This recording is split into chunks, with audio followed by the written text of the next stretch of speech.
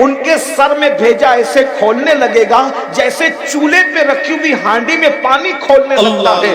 ذرا غور کیجئے میرے بھائیوں، یہ حدیث پاک ہے کہ مشرق کی طرف بیل کے ناک کے ایک سوراخ جتنا جہنم کھولا جائے گا تو مغرب میں موجود لوگوں کا بھیجا کھولنے لگے گا سروں میں۔ جب مغرب میں کھڑے ہوئے لوگوں کا یہ حال ہوگا تو جس کو پورا اٹھا کر جہنم میں ڈال دیا جائے گا اس کا کیا بنے گا، اس کی ہڈی پسلیوں کا کیا ہوگا؟ جس جہنم کے اندر صرف نیک بندوں کو سلام کرے گا اللہ، ان پہ سلامتی نازل فرمائے گا، مجرموں کو چھانٹ دیا جائے گا، پاپیوں کو چھانٹ دیا جائے گا، گنہگاروں کو چھانٹ دیا جائے گا۔ میرے بھائیوں بتاؤ ہم نے آخرت کی کیا تیاری کی ہے؟ ہم کسی بھی سفر پہ جاتے ہیں تیاری کرتے ہیں، یہاں سے ممبئی تک جانا ہے تیاری کرتے ہیں، یہاں سے لکھنؤ تک جانا ہے تیاری کرتے ہیں، سعودی جانا ہے تیاری اور بڑی ہو جاتی ہے، سفر جتنا بڑا ہے تیاری اتنی بڑی ہے۔ بتاؤ آخرت کا اتنا طویل سفر ہے، اس طویل سفر کے لیے ہم نے کیا تیاری کی ہے؟ یہاں جتنے بھائی اور بہنیں موجود ہیں میں سب کی توجہ چاہتا ہوں، اس لیے کہ ہمیں وقت پہ محفل کو مکمل بھی کرنا ہے۔ دھیان سے ایک ایک جملے کو سن لیں، اللہ کرے آپ کے دل و دماغ میں میرے جملے اتر جائیں، میرے بھی نجات کا سامان ہو، آپ کی بھی نجات کا سامان ہو۔ میرے بھائیوں ذرا غور تو کریں، اتنا طویل سفر ہے، نہ جہاں دوست کام آنے والے ہیں، نہ جہاں ماں کام آنے والی ہے، نہ جہاں باپ کام آنے والا ہے، نہ جہاں بھائی کام آنے والا ہے، نہ جہاں خاندان اور قبیلہ کچھ کام نہیں آئے گا، نہ حسن کام آئے گا، نہ ڈگریاں کام آئے گی، کوئی کام نہیں آئے گا۔ میرا اللہ فرماتا ہے یا ایھا الذین آمنوا اتقوا اللہ ولتنظر نفس ما قدمت لغد، اے ایمان والو تم نے کل قیامت کے دن کے لیے کیا سرمایہ روانہ کیا ہے، کیا اعمال بھیجے ہیں، اس سلسلے میں فکر کرو، اس سلسلے میں غور کرو۔ بھائیو بتاؤ ہم نے کیا اعمال بھیجے ہیں، ہم نے کیا روانہ کیا ہے؟ ارشاد ہوتا ہے واتقوا اللہ، اللہ سے ڈرو، اور ارشاد ہوتا ہے ان اللہ خبیر بما تعملون، کہ بے شک اللہ تمہارے اعمال کی خبر رکھتا ہے۔ ہمارے پاس تو کوئی جنت کی سند نہیں ہے، کوئی جنت کی گارنٹی نہیں ہے، اس کے بعد بھی ہم آرام سے سو رہے ہیں، قہقہے لگا رہے ہیں، فلمیں دیکھی جا رہی ہیں، سیریل دیکھی جا رہی ہے، عورتوں پہ پاپ کی نظریں ڈالی جا رہی ہے، جوا کھیلا جا رہا ہے، کرکٹ دیکھی جا رہی ہے، گندی فلمیں دیکھی جا رہی ہے۔ میرے بھائیوں جن کو رسول اللہ نے جنت کی بشارتیں دی تھی ان لوگوں کا حال یہ تھا، وہ آخرت کو یاد کر کے روتے تھے۔ جنہوں نے آخرت کی تیاریاں کی تھی وہ آخرت کو یاد کر کے آنسو بہاتے تھے۔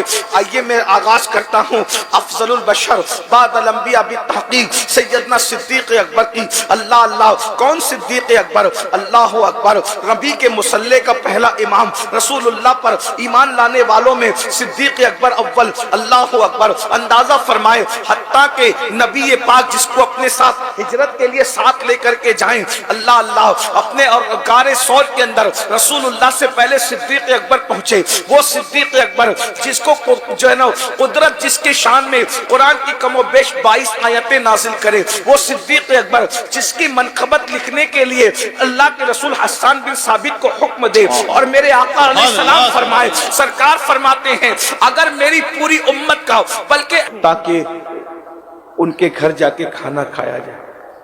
صحابہ کی آنکھوں میں آنسو تھے، دونوں یاروں کی آنکھوں میں۔ ایک صحابی کے باغ میں گئے، ان کو پتا چلا کہ حضور علیہ السلام کو بھوک لگی ہے۔ اللہ کے رسول کے سامنے انہوں نے کھجوریں رکھی اور کہا حضور انتظار کریں، میں ابھی بکری کا سالن بناتا ہوں۔ بکری ذبح کی، گوشت تیار کیا، کھانا بنایا، کھانا لا کے سامنے رکھا۔ اللہ کے رسول کبھی کھانے کو دیکھتے ہیں، کبھی میزبان کا چہرہ دیکھتے ہیں، کبھی کھانے کو دیکھتے ہیں، کبھی میزبان کا چہرہ دیکھتے ہیں۔ میزبان نے کہا حضور نوش فرمائے، حضور یا رسول اللہ تناول فرمائے، حضور ملاحظہ فرمائے۔